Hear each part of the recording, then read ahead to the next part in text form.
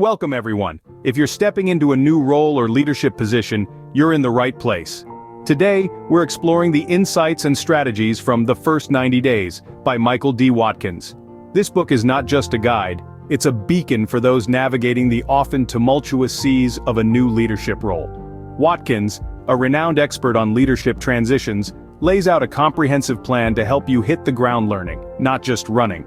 He emphasizes the importance of balancing action with learning and understanding the unique dynamics of your new environment. This isn't just about quick wins, but about setting a sustainable trajectory for long-term success. So whether you're a seasoned leader or stepping into your first managerial role, there's a wealth of wisdom to be gleaned from this book. Let's uncover how balancing action with learning can set you up for success. The first 90 days in a new leadership role are critical. This period is a unique window of opportunity to establish your leadership style, build relationships, and set the tone for your tenure. But here's the twist. It's not all about making big moves and asserting your authority. Indeed, listening, observing, and learning are equally as important, if not more so. Consider this. In a new role, you're stepping into an unfamiliar environment. The team dynamics are different, the challenge is unique, and the culture distinct. So, before you dive headfirst into action, take time to learn. Understand the people you're working with, the processes in place, the problems the team is facing. This will help you craft an informed, effective strategy that's tailored to your new role.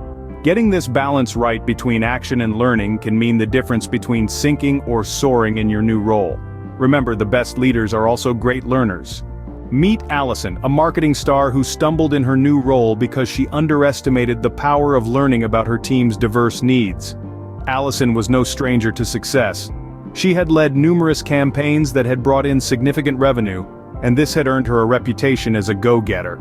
However, her transition into a new company was less than smooth. In her previous role, Allison had a team that was used to her fast-paced, results-driven approach. But in her new role, she found herself leading a team that was more accustomed to a consultative, consensus-oriented style. Allison's usual approach of jumping into action didn't resonate with her new team. Instead, it led to misunderstandings and friction.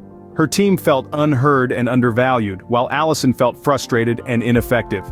This is a common pitfall for many leaders stepping into a new role. It's easy to assume that what worked in the past will work again. But each team, each company culture is unique. What works in one environment might not work in another. This is where the power of accelerated learning comes into play.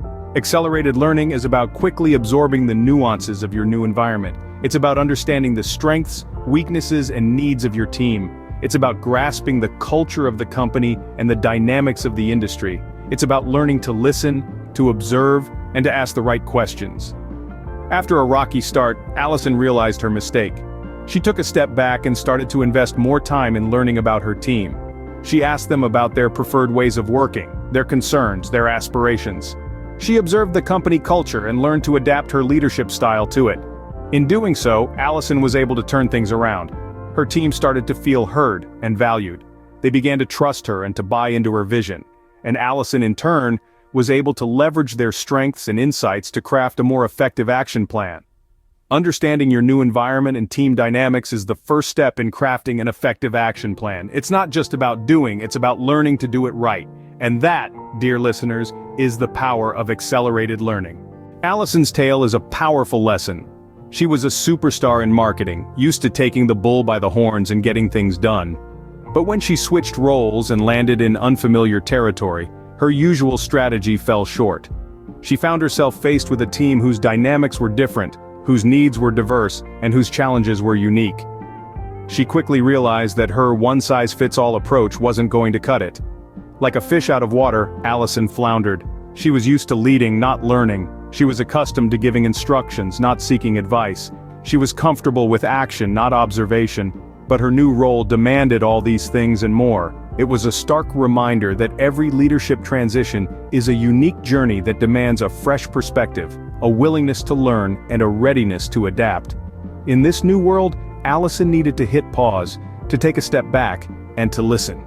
She needed to learn about her new team, to understand their strengths, their weaknesses, their aspirations, and their fears. This wasn't easy. It was uncomfortable. It was unfamiliar, but it was necessary. And so, Allison shifted gears. She moved from a mindset of action to a mindset of learning. She began to listen more than she spoke. She started asking questions instead of providing answers. She started observing instead of directing. It was a complete reversal of her usual approach, but it was precisely what she needed to do. This shift was transformative. It allowed Allison to see her team in a new light, to understand the complexities of her new role, and to appreciate the unique challenges that lay ahead. It enabled her to craft an action plan that was responsive to her team's needs, that played to their strengths, and that addressed their concerns. This shift towards a learning mindset helped her understand the broader landscape and the specific challenges her team faced. Allison's story serves as a potent reminder that in any leadership transition, learning must precede action. It's a lesson that every leader, regardless of their industry or experience, can benefit from. Adapting isn't just about changing your team, it's about evolving yourself. This is a powerful truth, one that Allison discovered in her journey.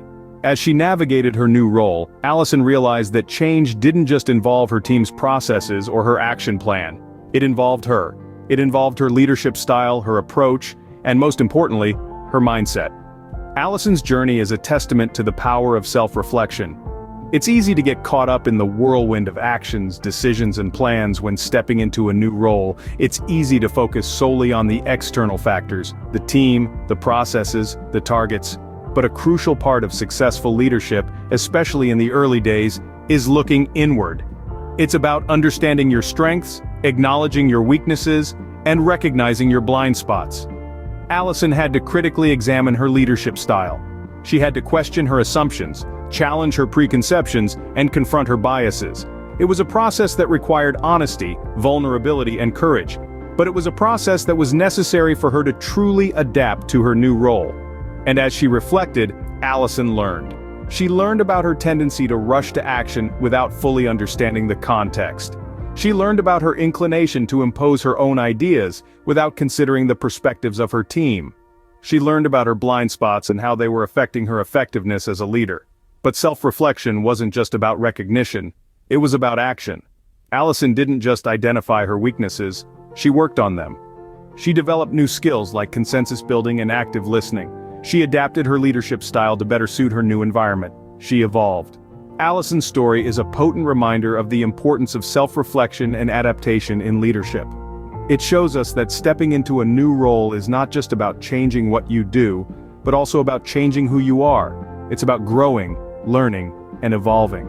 And it's about acknowledging that, just like your team, you too are a work in progress. Effective leadership in new roles requires self-awareness and the willingness to adapt. Balancing action with learning isn't just a nice to have, it's essential. You might be eager to spring into action to make your mark, to show that you're ready to lead from day one. But remember, every organization, every team, every role has its unique nuances, its specific dynamics. And without understanding these, your well-intentioned actions might not hit the mark.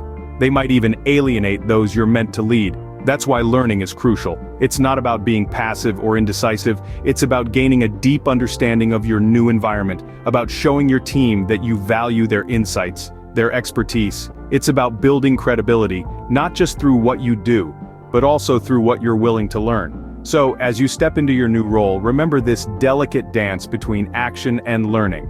It's a balance that can shape your success. Being seen as someone eager to learn can bolster your credibility and ease your transition.